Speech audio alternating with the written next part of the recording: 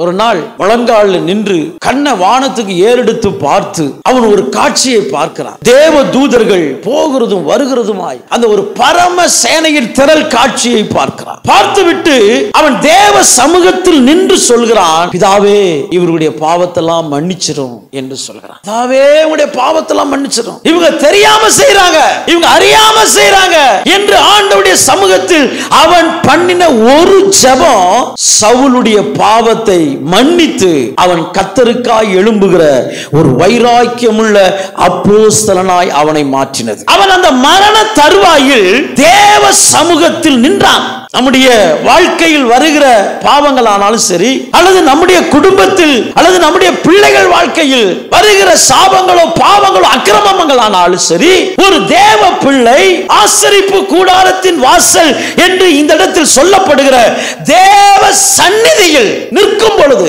எந்த பாவங்கள் ஆனாலும் மன்னிக்கப்படும்.